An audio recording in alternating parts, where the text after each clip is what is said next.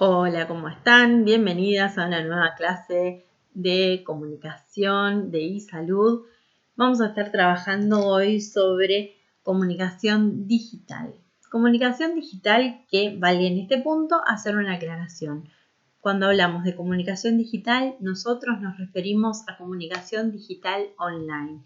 Y este online no es un punto menor, porque toda nuestra estrategia va a estar pensada para desarrollarse en estos territorios que sí son digitalizados, no son analógicos, pero que fundamentalmente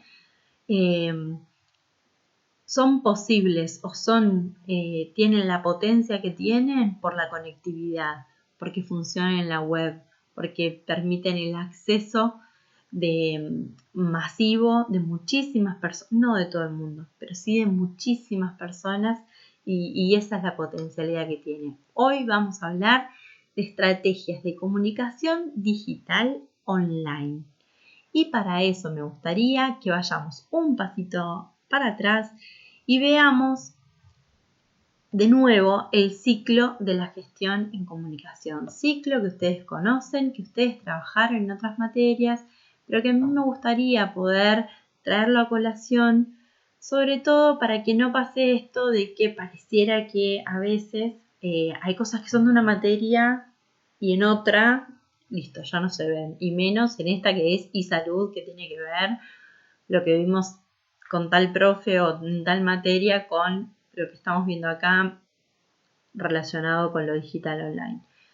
No, volvamos. Cuando pensamos estrategias de comunicación digital, tenemos que tener presentes el ciclo de la gestión en comunicación. Ciclo que tiene como partes el diagnóstico, la planificación, la intervención y la evaluación.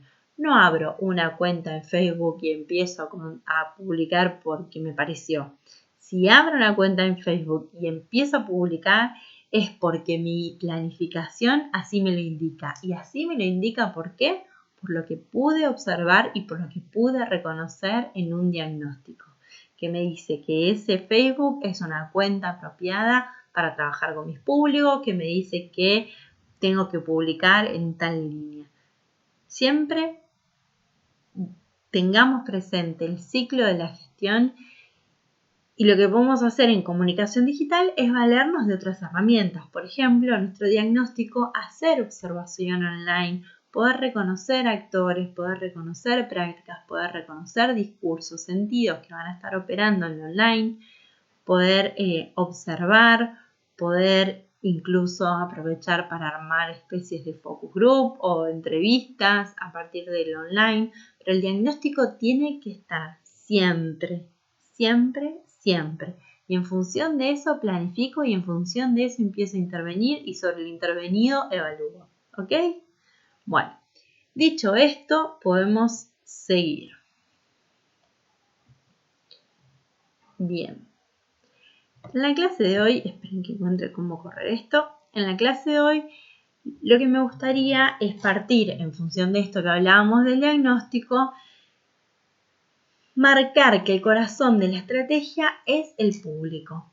Reconocer a nuestros públicos es fundamental. Y reconocer el público no se limita a simplificar, a sintetizar en la máxima expresión el público diciendo, por ejemplo, no, yo voy a trabajar con mujeres de 30 a 40 años que viven en La Plata. ¿Y qué más? ¿Qué otra información puedo darle a ese público? ¿Qué otra información tengo todo ese público? ¿Todas las mujeres de 30 a 40 años que viven en La Plata son mi público? ¿Todas, todas, todas? ¿O todas las mujeres que vivan en La Plata que tengan 30 a 40 años y no hayan sido madres?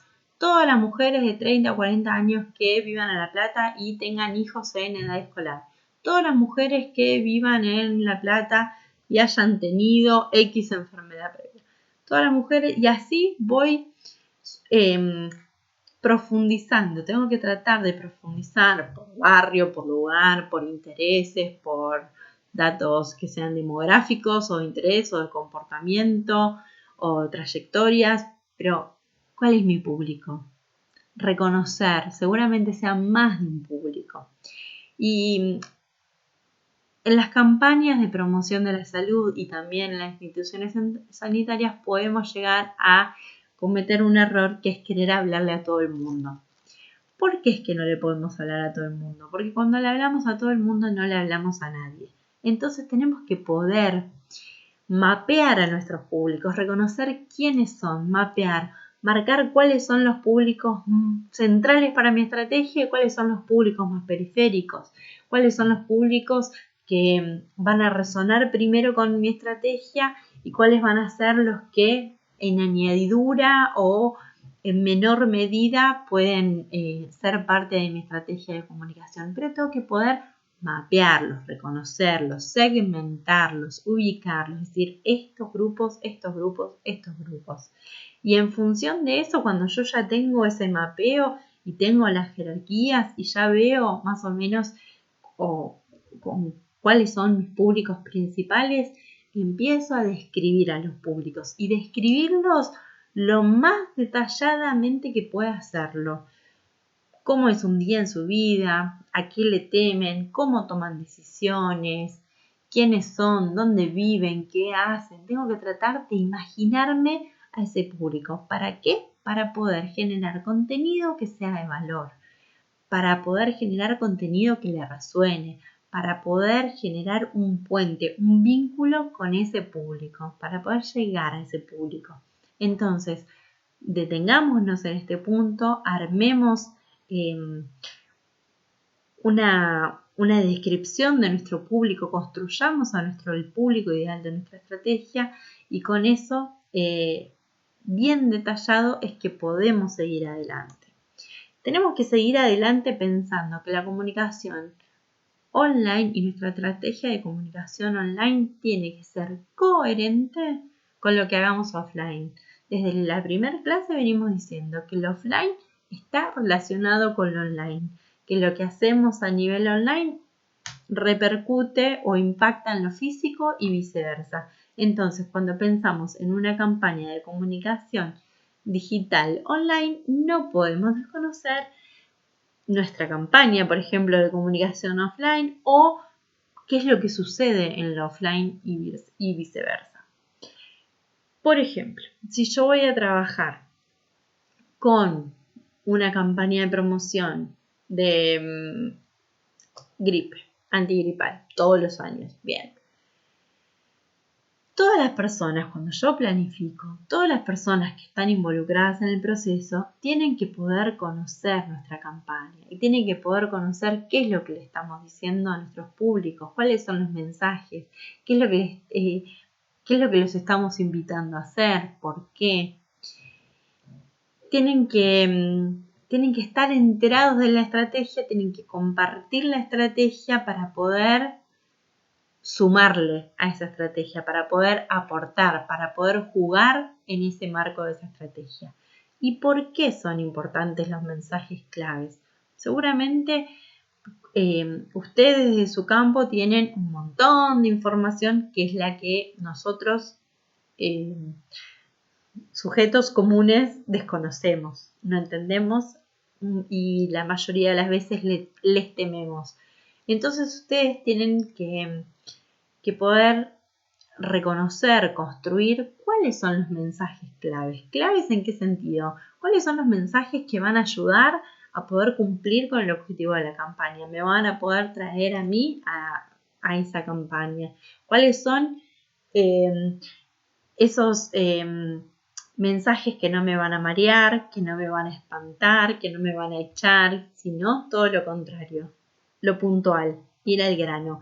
Ir al grano de la mejor manera, de la manera más empática posible, de la manera más clara, simple y sencilla, sin términos de jerga, sin hacerlo muy complicado, sin tecnicismo, pudiendo interpelarme, pudiendo movilizarme para pasar a la acción. ¿Bien? Para esto es importante que tengamos presente esta regla CCC. Ser constantes, ser consistentes y ser coherentes. Bien. Esto lo vamos a ver en profundidad en la próxima clase, pero me gustaría volver a repetirlo. Si el contenido es el rey en una estrategia, la distribución es la reina. Cuando nosotros pensemos en los contenidos para nuestra estrategia de comunicación digital, lo que tenemos que pensar no solo es qué contenidos, sino cómo van a circular, por dónde van a circular, en qué momentos, con qué frecuencia, con qué estrategia para que se visibilice más van a circular esos contenidos. Y les voy a contar una pequeña anécdota. Hace poco, trabajando en una campaña, terminábamos de ver las fotos y muchos de los contenidos y mi jefe provocador me dijo: bueno, sí, perfecto, ok. La verdad que las piezas son perfectas. ¿Cómo van a circular? ¿Cómo hacemos que no sean piezas de museo? Y me pareció brillante, porque sí, porque si no pensamos en nuestra estrategia de distribución, nuestros contenidos van a ser piezas de museo. Van a ser maravillosas, pero las va a ver muy poca gente. Y no es por una cuestión de cantidad, es por una cuestión de que seguramente no las ve el público que nosotros necesitamos que las vea. Entonces, pensemos siempre el contenido en función de la distribución. Hoy me gustaría que podamos meternos de lleno en este punto. Y es reconocer los espacios que hay en el espacio digital online, en la web. La web la vamos a pensar como el corazón, como nuestra casa, como, sí, nuestra casa, nuestra vidriera, nuestro hogar en la red. Y para esto vamos a repasar algo que vimos la clase anterior y que yo les dije: no se mareen. Bueno, se los pido de nuevo, traten de no marearse y vamos a trabajar con esto. Estos son 3 cuadros, como veíamos la otra clase, y me gustaría que empecemos por este que está al costadito, que está en blanco, con el texto en fucsia, y son 3 momentos: conciencia, consideración y acción. 3 momentos por los que vamos a ir atravesando y que van a estar marcando distintos momentos y lugares que vamos a estar visitando en la web. Se relaciona con el cuadro que está arriba. ¿Por qué? Porque la conciencia tiene que ver con el momento en el que yo detecto una necesidad o un interés que puede tener que ver con los temas de salud.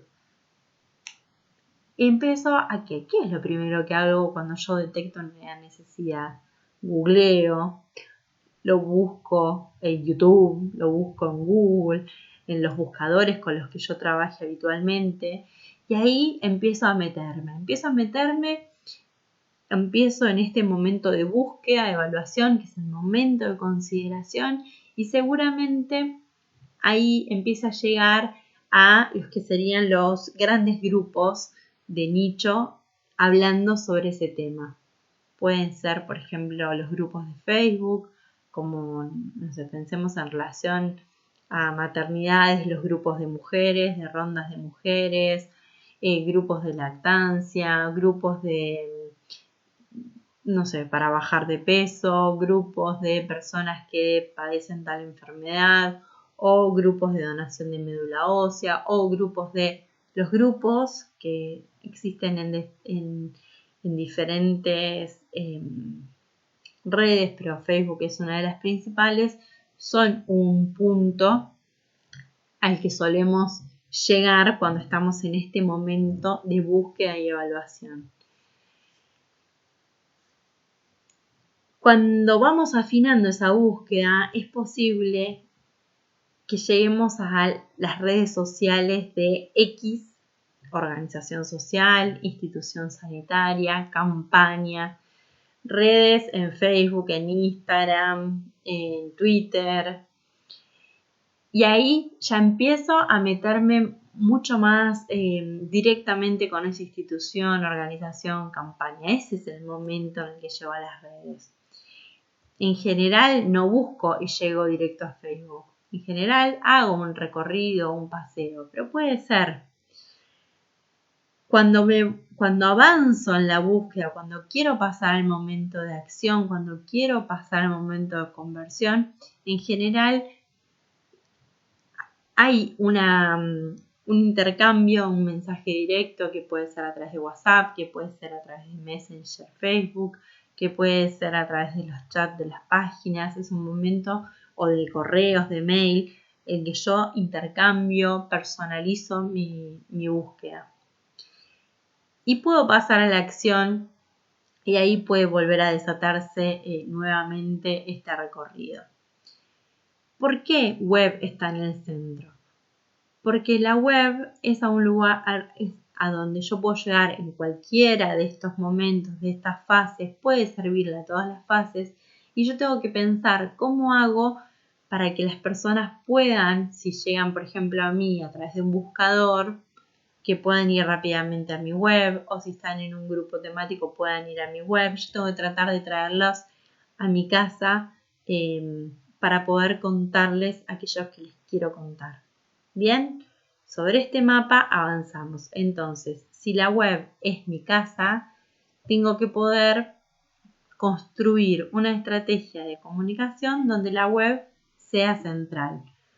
Puede ser que una campaña o una institución no tenga web, sí, puede ser tranquilamente, pero es mucho más beneficioso que nosotros podamos construir nuestra casa online, porque si no estamos dejando toda nuestra campaña de comunicación en manos de plataformas sobre las que nosotros no tenemos control.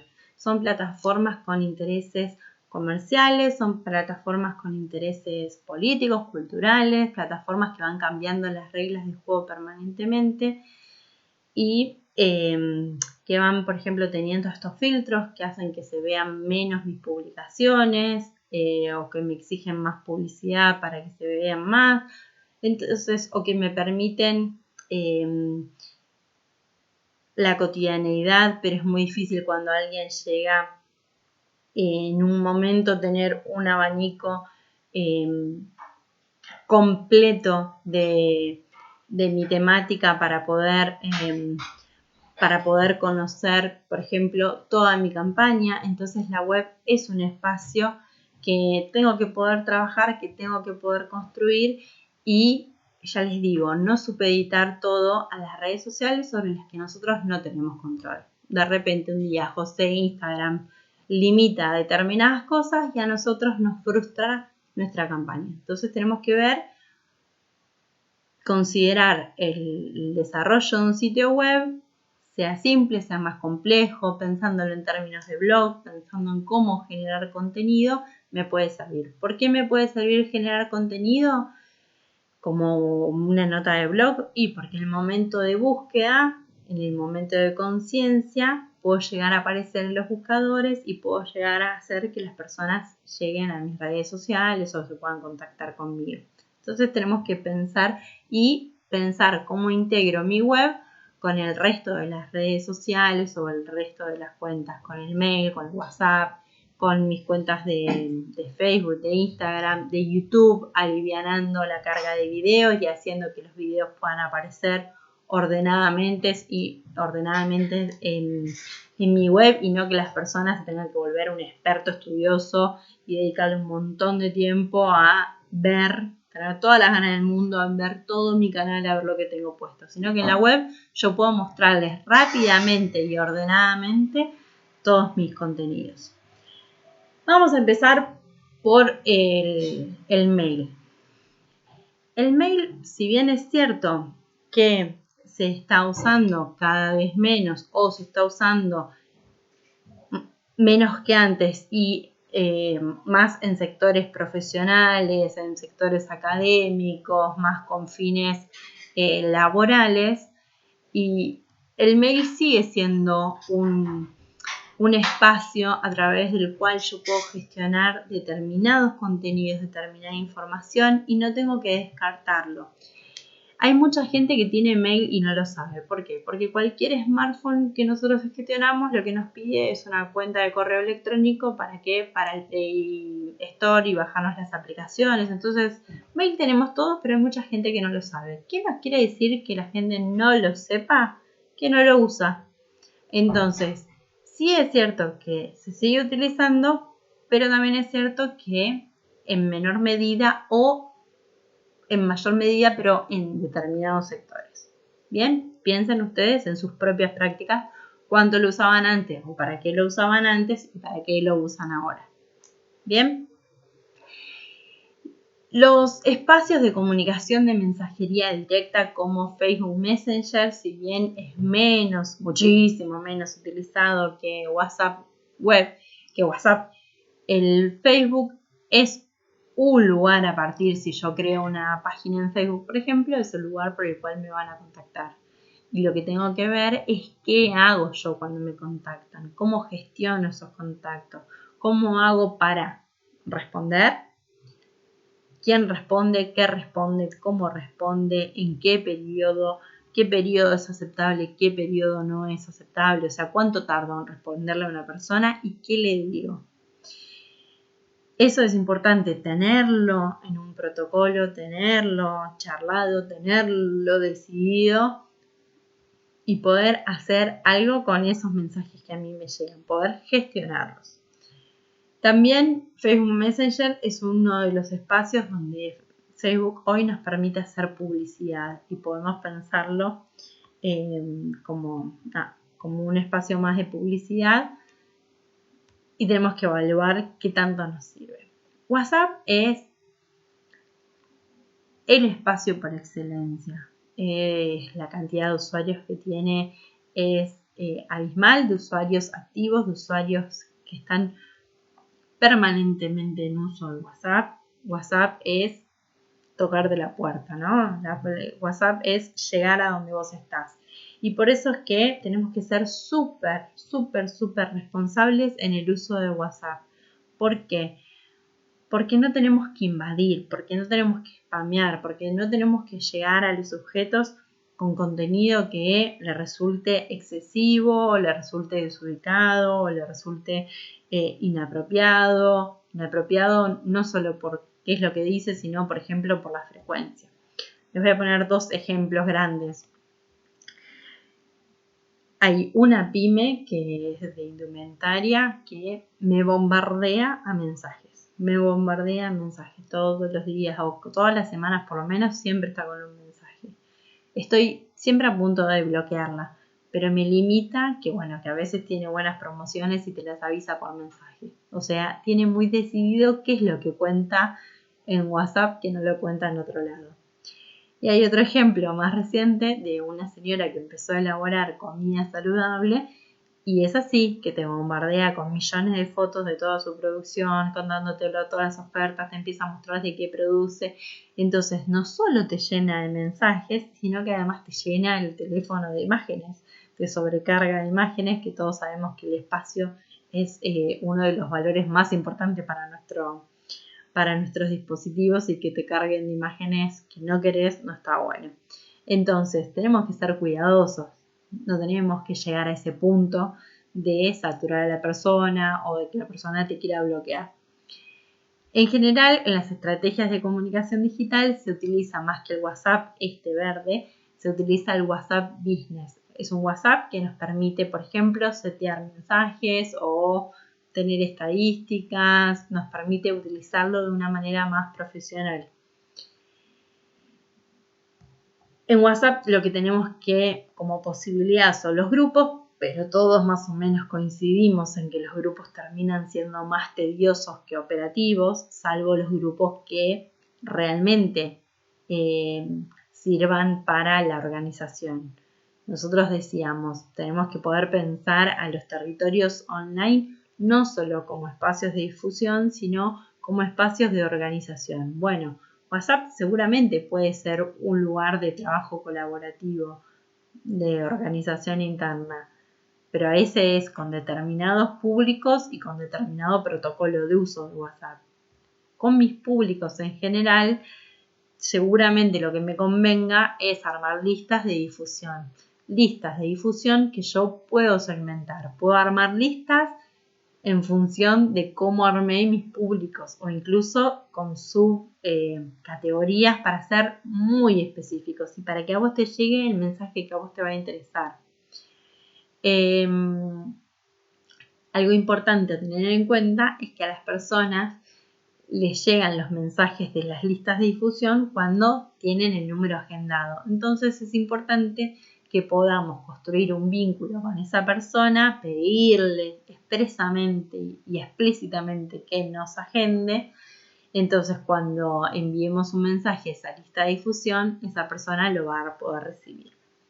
En relación a Twitter, Twitter es una red que no está creciendo, pero que sigue viviendo. ¿Por qué? Porque es una red que sigue siendo de relevancia para, por ejemplo, la instalación de temas en la agenda pública. Es una red social más de actualidad, más de inmediatez, del en vivo como un valor absoluto. Los hashtags ordenando la conversación. La posibilidad de construir hilos que profundicen el contenido, pero bueno, son mensajes cortos, puntuales y que tienen este carácter más de información, más de inmediatez, más del en vivo, ¿no? Pero es como más informativa. Si bien se genera un vínculo, se construye un vínculo, el valor está en la información. Facebook es la red social más relevante en nuestro país en cantidad de usuarios activos, y con mayor utilización, tiempo de uso, apertura de la red, bueno, generación de contenidos. Facebook es seguramente el lugar donde vamos a gestionar la mayoría de nuestras estrategias de comunicación online.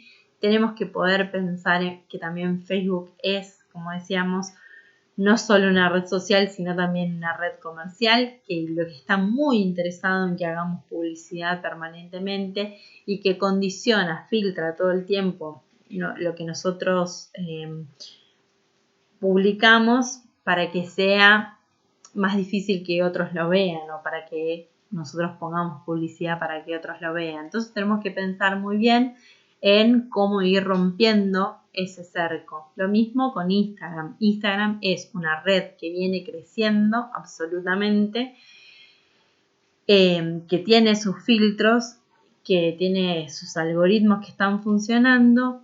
Instagram, a diferencia de Facebook, es una red que está apoyada totalmente en lo visual, en la imagen como el centro. Pensemos en el inicio, perdón que lo puse todo en inglés ahí abajo, el feed. Pensemos en nuestro inicio como está orientado en la imagen, en este grid, digamos, en este mosaico de fotos y videos que nosotros publicamos. Un mosaico que tenemos que poder pensar esos contenidos no como contenidos individuales, sino como yo voy generando identidad en ese mosaico, en ese grid, en mi cuenta. Y tenemos que pensar en Instagram con la posibilidad real del uso de hashtag que serían etiquetas ordenando la conversación, en la posibilidad de localizar, en la posibilidad de arrobar a otros usuarios. Si bien en Facebook se usan hashtags, se puede utilizar hashtag, no tiene un funcionamiento de hashtag. En general el hashtag en Facebook se usa más para destacar algunas palabras que para que funcione como filtro y etiqueta. Pero por una cuestión, no porque tecnológicamente no se pueda, sino más bien por una cuestión de práctica cultural. YouTube es una gran red social que nutre a muchas otras, principalmente a Twitter, principalmente a Facebook, por ejemplo, a nuestras estrategias de mailing o, como decíamos hoy, a la web para eliminar. YouTube es un canal, es un lugar donde está bueno que estemos decididamente y generando contenidos de valor, que podamos pensar en los títulos de nuestro video en claves de búsqueda, cómo busca la gente lo que yo quiero contar, lo que estoy contando en este video. O sea, no pensemos que título del video como el título de nuestro archivo en la compu, sino que pensemos el título en función del otro que lo va a buscar. Videos que, por ejemplo, pueden llegar a aparecer cuando las personas están en el movimiento de conciencia y están buscando información, y ese puede ser un lugar importante para generar contenidos. Así como decíamos, un posteo o una nota en un blog, un video tutorial, un video explicativo, un video de revisión es excelente. Agregué también LinkedIn y Snapchat, que si bien son menos utilizados, son muy de nicho. Snapchat muy en un sector joven y LinkedIn muy en un sector profesional. Me parece que está bueno también tenerlos en este mapeo, no perderlos de vista y evaluar si pueden llegar a servirme o no. Dentro de todos estos espacios hay distintos formatos o distintos subespacios. El del feed, el del inicio o el de las historias. Ya les digo, perdón que lo puse en inglés, no me di cuenta de cómo traducir inmediatamente feed, que podría ser inicio.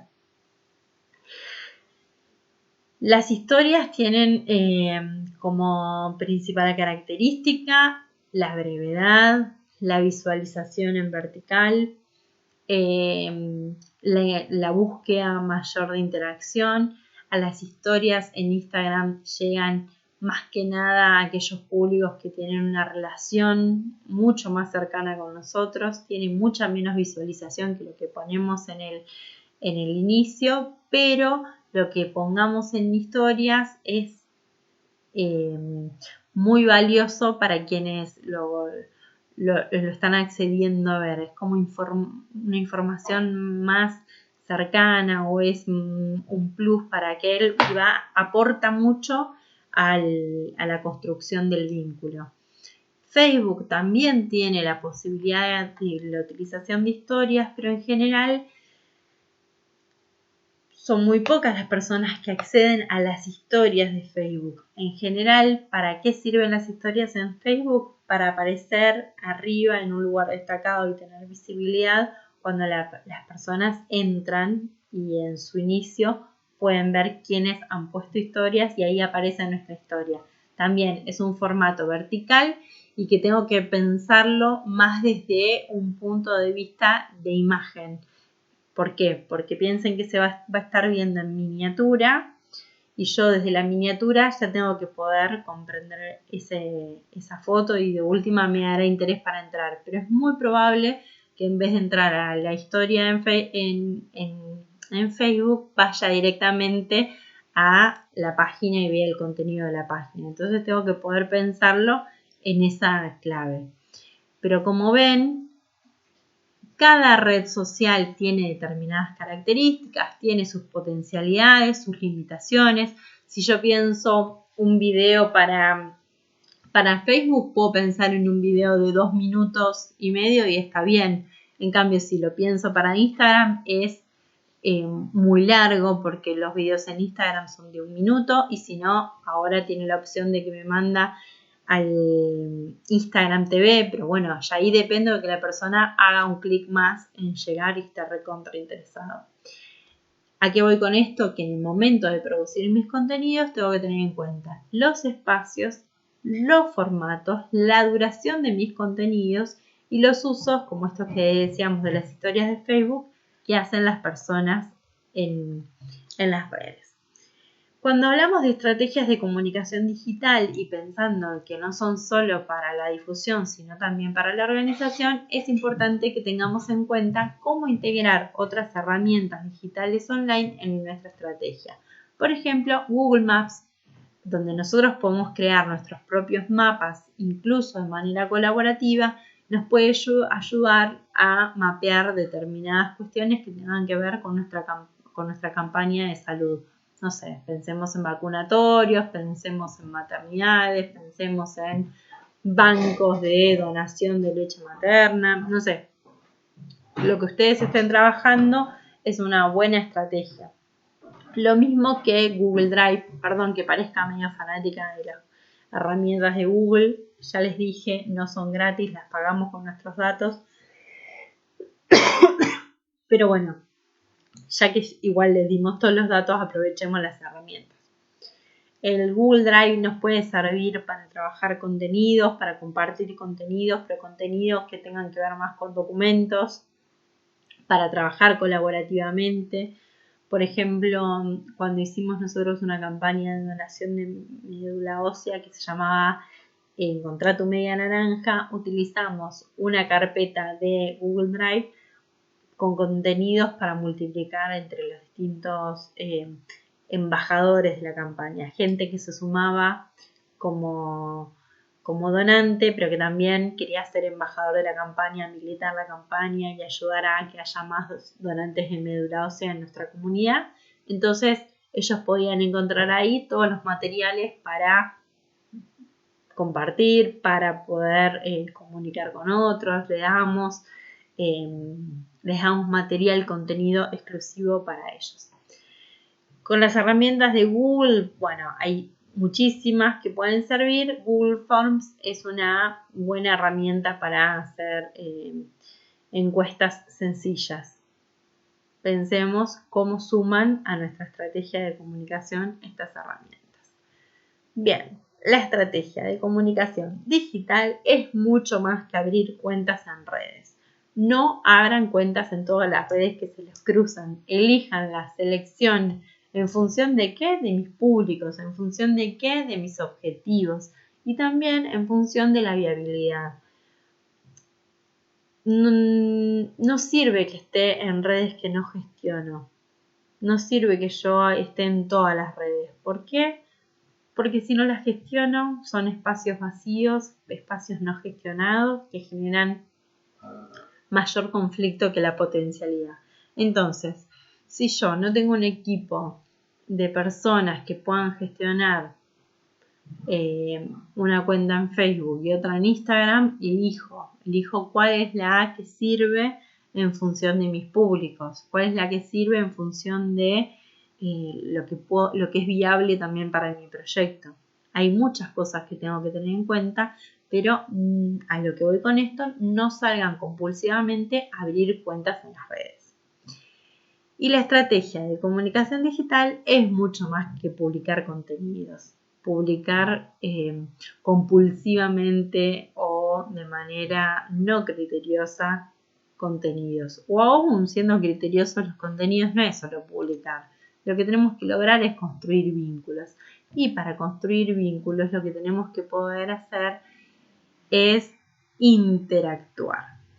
Pero antes de llegar a interacción que está ahí marcado con signo de admiración, me gustaría repasar el concepto de tráfico, que es un concepto que vimos cuando vimos ese cuadro y vimos los cuadrantes y pensábamos en cómo hago para que las personas puedan llegar de mi cuenta en Facebook a mi página web, o de la nota que hice en YouTube a mi página web, o a mi mail, o que me escriban por WhatsApp, cómo hago la circulación o qué propuesta de circulación ofrezco a los sujetos que van a estar interactuando conmigo. También el posicionamiento. Y posicionamiento, si bien es todo un capítulo en sí mismo y es muy difícil de lograr y necesitamos trabajarlo con profesionales que se encargan exclusivamente de posicionamiento, sí hay cosas que nosotros podemos tener en cuenta y podemos hacer. Por ejemplo, esto que decíamos de construir títulos que estén pensados en función de que aparezcan en los resultados de búsqueda, y para que aparezcan en los resultados de búsqueda tengo que poder construirlos en función de cómo buscan los sujetos. También pensando en cómo compartir esa publicación que yo hice para que otros la puedan ver o para que otros se puedan sumar a compartirla, arrobando a determinados actores, personas que me permitan mayor visibilidad con sus públicos, utilizando hashtag y hashtag de manera estratégica. ¿Qué hashtag hacen a mi campaña? A ver, yo puedo construir un hashtag para mi campaña. Perfecto, lo voy a usar durante toda la campaña, entonces voy a ir etiquetando todas las publicaciones de esa campaña con ese hashtag. pero no inventemos millones de hashtags ni pensamos que todo lo que escribimos puede ser un hashtag. Pensemos el hashtag como una etiqueta que tiene que servir para ordenar el contenido. Y la interacción aparece así marcada como importante porque los espacios digitales son en general espacios de intercambio. Si pensamos en una red social como un lugar donde voy a monologuear, la voy a estar pifiando. Son espacios de intercambio. Tengo que poder responder, interactuar, compartir, devolverle al otro. Entonces, la interacción tiene que ser algo que tengo que poder gestionar. Que tengo que poder gestionar y tengo que poder pedir. Tengo que pedirle al otro. No solo porque me sirve para estar mejor posicionado, sino porque me va a ir permitiendo construir este vínculo, que es el gran objetivo de la comunicación digital online. La interacción y la gestión de los contactos me va a posibilitar también construir bases de datos. Si nosotros decíamos que el público es el corazón de la estrategia, bueno, la base de datos es como el oxígeno de la estrategia, es fundamental. Le sirve para que la estrategia respire y pueda seguir respirando. Construir bases de datos es algo que tengo que tener en cuenta en lo online y en lo offline. Si las personas llegaron al vacunatorio, es un buen momento para que yo les pida su mail, para que yo les pida su teléfono, además de los datos que a mí me sirvan para poder segmentar cada vez más, más finamente o más estratégicamente. ¿Para qué me sirve tener el mail de la persona si no lo usa? Bueno, me puede servir, por ejemplo, para más adelante hacer publicidad y buscar a esa persona y encontrarla igual en Facebook. O para poder encontrarla en determinados lugares, porque son datos que Facebook utiliza igual, por más que la persona no use su mail. Entonces, construir bases de datos es algo que puedo hacer desde el día cero y que puede nutrir y ser un gran pilar de nuestra comunicación, sobre todo si pensamos que la comunicación cada vez es más personalizada.